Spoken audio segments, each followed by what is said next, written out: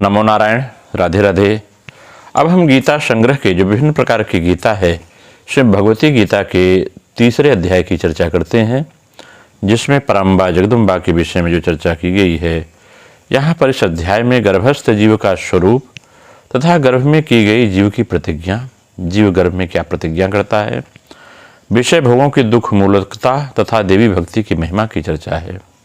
हिमालय कहते हैं शिव जी से, हिमालय बोलते हैं शिवे, यह पंचभूतात्मक देह, हिमालय अपने पार्वती से, अपने पुत्री से कहते हैं, यह पंचभूतात्मक देह की दुख का कारण है। यह देह ही दुख का कारण है, क्योंकि उससे विलग जीव दुखों से प्रभावित नहीं होता। हे माता माहेश्वरी, जिस देह को प्राप्त कर यह जीव पुण्य कार्य करके स्वर्ग प्राप्त करता है, वह यह देह किस प्रकार उत्पन्न होता है, और यह जीव पुण्य के क्षीण होने पर पुनः पृथ्वी पर किस प्रकार उत्पन्न होता है।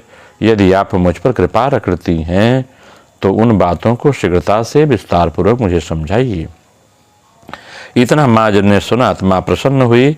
माँ पार्वती बोलती हैं कि हे पिता तुल्य हिमराज महाराज, हे पिता, पृथ्वी जल अग्नि वायु और आकाश, इन्हीं पंच महाभूतों से यह देह निर्मित है, इसलिए यह पंच महाभौतिक कहा गया है। इन पांचों पृथ्वी में पृथ्वी तत्व जो प्रधान है और सिर चार शेष जो चार तत्व हैं उसके साथ सहभागिता मात्र है। गिरिराज, वह यह पंच भौतिक देह भी चार प्रकार का कहा गया है, जिसे मुझसे समझ लीजिए। अंडज जो अंड से पैदा होते हैं, स्वेदज बने पसीने से, उद्भिज और जरायुज ये उनमें भेद हैं महाराज। उनमें पक्षी सर्प आदि अंडज हैं, मच्छर आदि श्वेतज हैं, और वृक्ष झाड़ी आदि सुषुप्त चैतन्य वाले उद्भिज हैं, और मनुष्य पशु आदि जिसमें नाल होता है जरायुज हैं, ये सभी जरायुज कहे जाते हैं। शुक्र रज आदि से निर्मित देह को जरायुज समझना चाहिए। पुनः उस जरायुज को भी पुरुष स्त्री नपुंसक भेद में तीन प्रकार से जानना चाहिए। हे पर्वतराज, शुक्र की अधिकता से पुरुष और रज की अधिकता से स्त्री तथा उन दोनों की समानता से नपुंसक होते हैं। अपने कर्मों के बसीभूत जीव ओष कणों से संयुक्त होकर पृथ्वी तल पर गिरने पर धान यानी वनस्पति के बीच पहुंचता है और वहां रहकर चिरकाल तक कर्म भोग करता है। पुनः जीवों के द्वारा उसका भोग किया जाता है। तदनंतर पुरुष के देह में गुह्येंद्रियों में प्रविष्ट होकर वह वीर्य रूप हो जाता है। उसी प्रकार से वह जीव भी वीर्य में सन्निविष्ट हो जाता है। यहाँ पर सृष्टि परंपरा की निरंतरता की ओर संकेत है।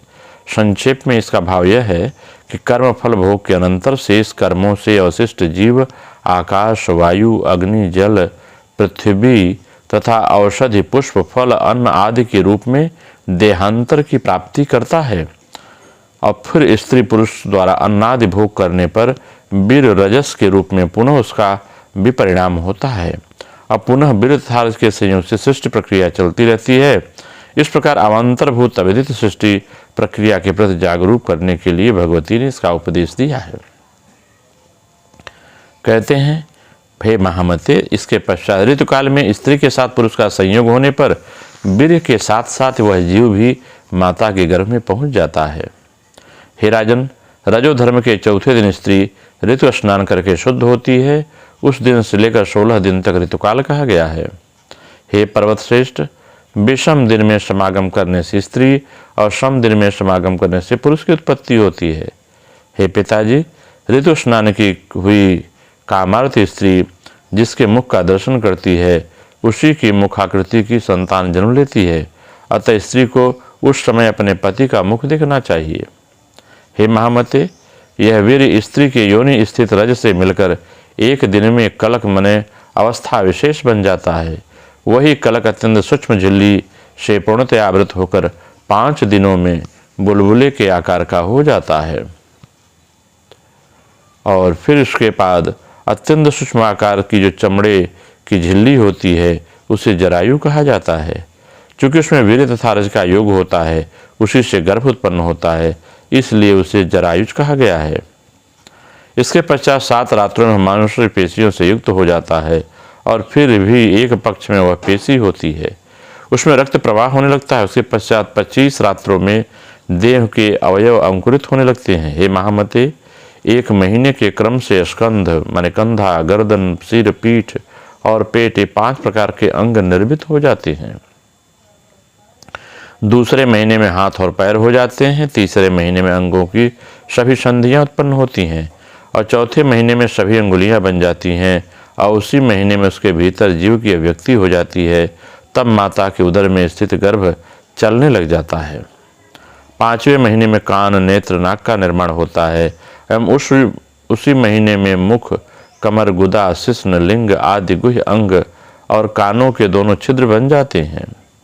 उसी प्रकार 6ठे महीने में मनुष्य की नाभि बन जाती है और 7वें महीने में केस, रोम आदि उगाते हैं। 8वें महीने में गर्भ के सभी अवयव स्पष्ट रूप से अलग अलग बन जाते हैं।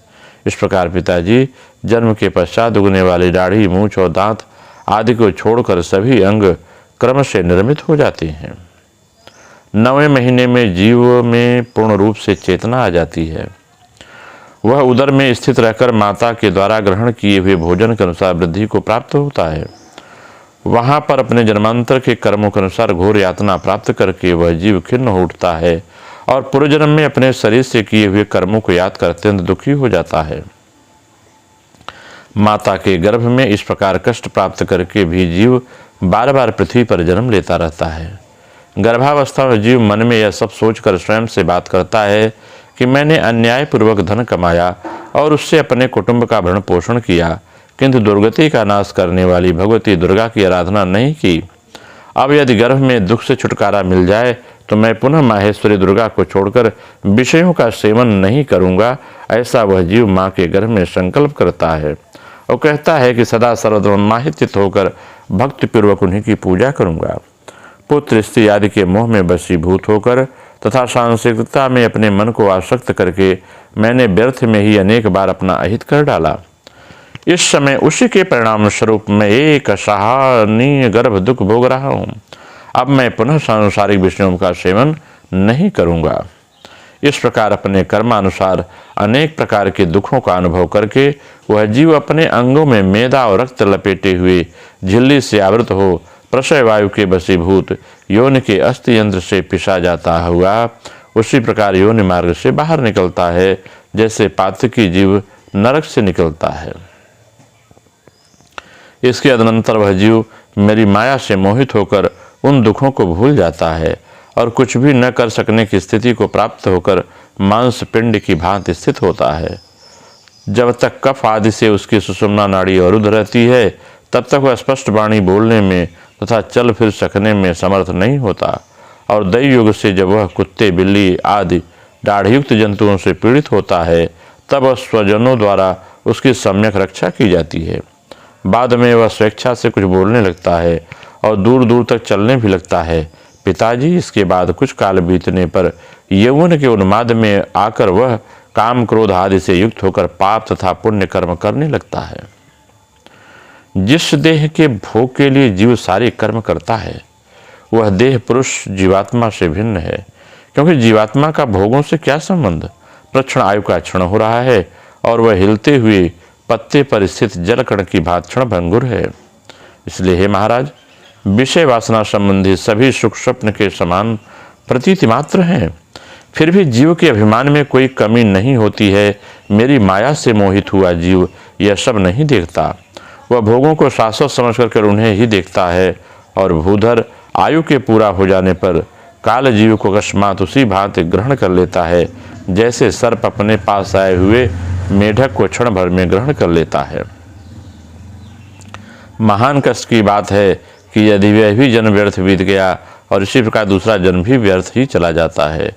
विषय भोगों का सेवन करने वाले का उद्धार होता ही नहीं। अतः आत्मतत्व का विचार करके वासनात्मक सुख का परित्याग, शाश्वत ऐश्वर्य की प्राप्ति की कामना करते हुए मेरी उपासना में तत्पर रहना चाहिए। तभी ब्रह्म से स्थिर संबंध बनता है। अपनी आत्मा को देह आदि की पृथक निश्चित करके मिथ्या ज्ञान जनित देह आदि की ममता का त्याग कर देना चाहिए। पिताजी, यदि आप सांसारिक दुखों से छुटकारा चाहते हैं तो एकाग्रचित्त होकर भक्तिपूर्वक मुझ ब्रह्मस्वरूपिणी भगवती की आराधना करिए और मेरी आराधना करने पर शून्यानाम शून्य साक्षिणी मैं हूँ। आप जगत का कल्याण करेंगे और अंत में परम गति को प्राप्त होंगे। नमो नारायण। राधे राधे। आप सबका मंगल हो।